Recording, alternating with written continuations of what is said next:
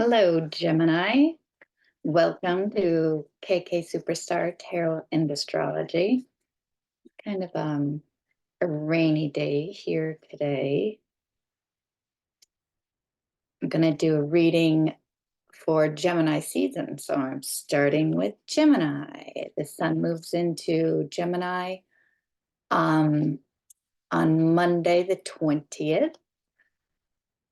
And it's followed by Venus moving into Gemini, then Jupiter, and eventually Mercury. So it's a big energy shift from Taurus, especially for Gemini, because we have had all these planets in our 12th house, and now it's moving into our first house. So we've had all this energy in kind of this house that we can't see necessarily, but has been making big shifts for us.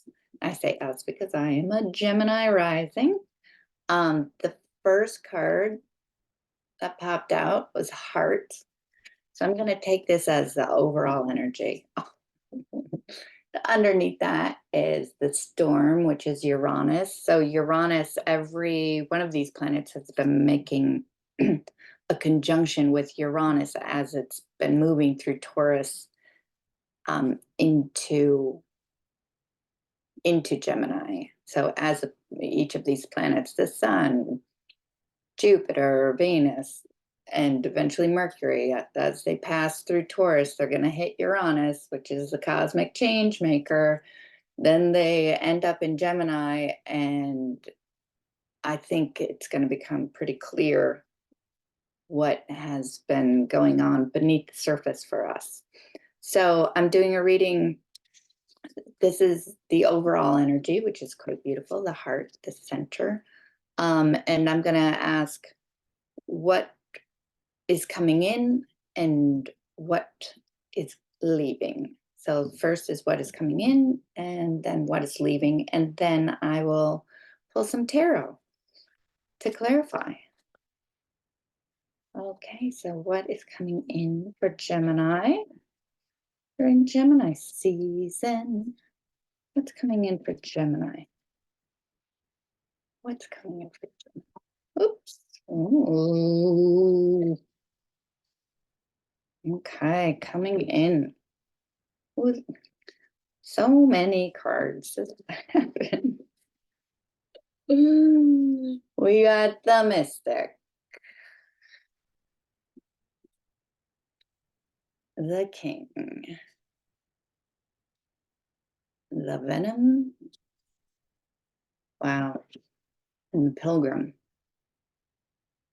coming in. Ooh, I love this. Up from the desert. Okay, so as I was saying, that 12th house for us is kind of that house of, it's our blind spot. They call it the house of the undoing. For me, it's really popped up as like a house of I started this tarot channel while it's in, while all those planets were in my 12th house. So that is kind of like the house of spirits, even though that's also the ninth house. But that's what I've found it to be. It can be like the house of institutions, like hospitals, asylums, going on a pilgrimage, actually, or being at the pilgrimage, not necessarily journeying there. So it makes sense that this hand is coming up from the underground, revealing itself where it's been in this space that we can't see what's been underneath. So what's coming in, I think, is a little visibility, a little visibility. That is the definition of the mystic, is being able to hold the darkness and the light at the same time, which is also very Gemini, the double-bodied sign. The King, which is a solar energy, can also be Martian energy. And the venom also speaks to me about this darkness that we're emerging from, with some lessons from the higher self. That is what is coming in. I feel like the king is also representative of authority. Like feeling kind of confident in oneself. Oh, I like it. Okay, and what is leaving? What is leaving? Oh, I see. Looking at that. There you go. Okay, what is leaving? What is leaving, Gemini? Ooh, the wind just picked up.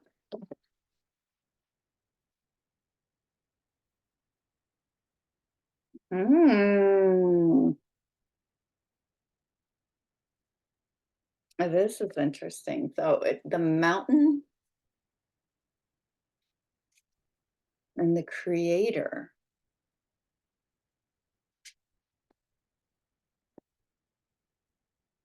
Ooh, are you leaving town even? The village. It could be. It could be leaving, like ending. Oh, 12th house is also very hermity energy, which has also been my own experience. Like maybe that you've been going through a time where you've been in solitude in order to create something. I like that. Yeah. Here you are. And here's the village. Oh, I like it. Okay. So, yeah, maybe it's a coming home to self with this overall energy being the heart. Okay, so I'm going to use um, the Tarot of Mystical Moments by Katrin White Stein to clarify this. And the deck that I just put down was the Wild Unknown Archetype deck by Kim Krantz. Oh, now it's raining. I love it. Okay, so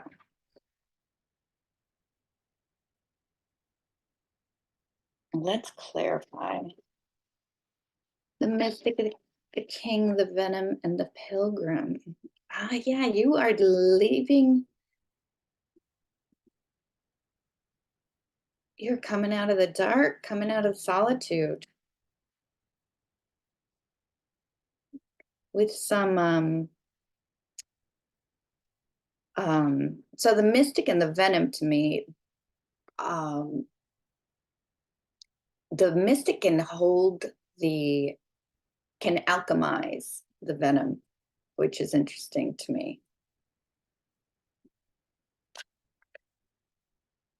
Meaning uh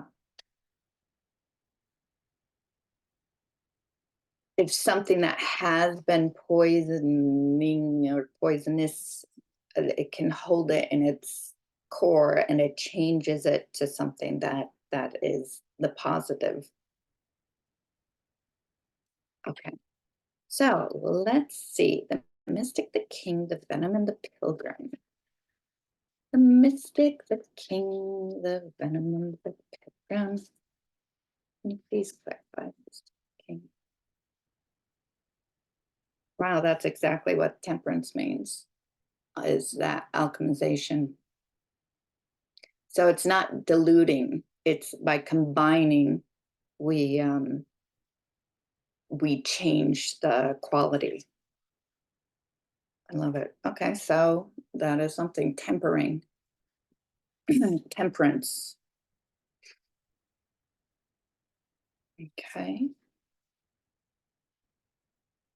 The mystic, the king, the venom, and the pilgrim. Ah, Eight of Swords just popped out, the High Priestess. Kind of love when you clarify and they're just like, we already told you. So the Eight of Swords is about, yeah, I was going to say, you are breaking out, breaking free. So the Eight of Swords is about sitting in a cage, binding oneself, and it can be very mental energy that thinks that you aren't free, you are caged, and you can't get away.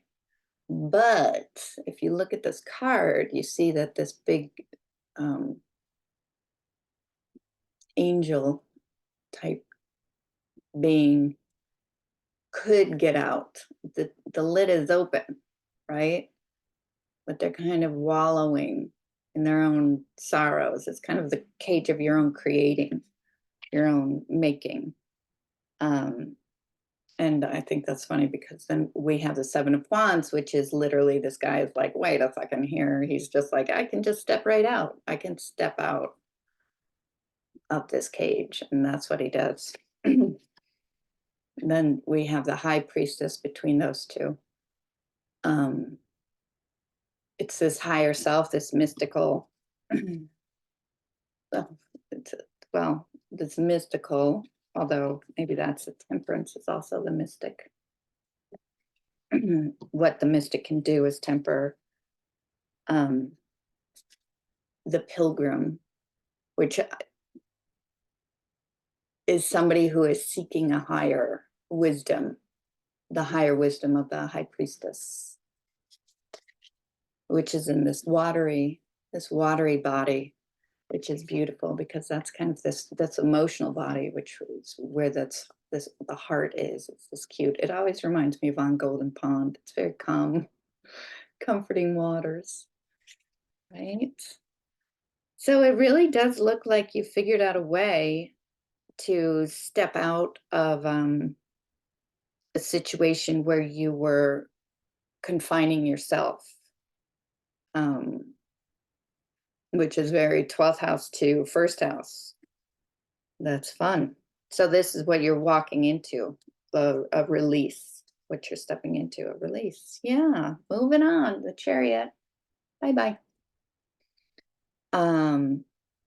So let's talk about what you're letting go, though it feels so connected, but let's just clarify the mountain and the creator. The mountain. Who's that? Oops. Oh, okay. Fine. Take it. Five of Pentacles is literally feeling like you're on the outside of things, and the moon is literally feeling. So, yeah, out in the cold, that 12th house feeling. Oh, 12th house. Okay, anything else you want me to say about this 12th house? Five of Pentacles, clarifying the mountain and the creator. I don't. Whoa. Well, you are creating something pretty awesome because underneath there is the Empress, which is just massive abundance and creative energy.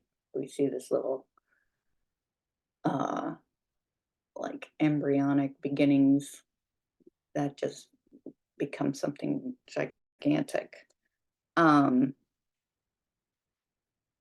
Although maybe actually it could be something that you were hoping for.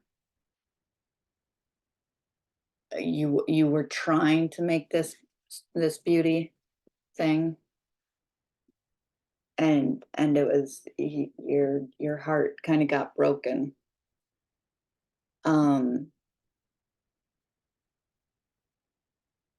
Yeah,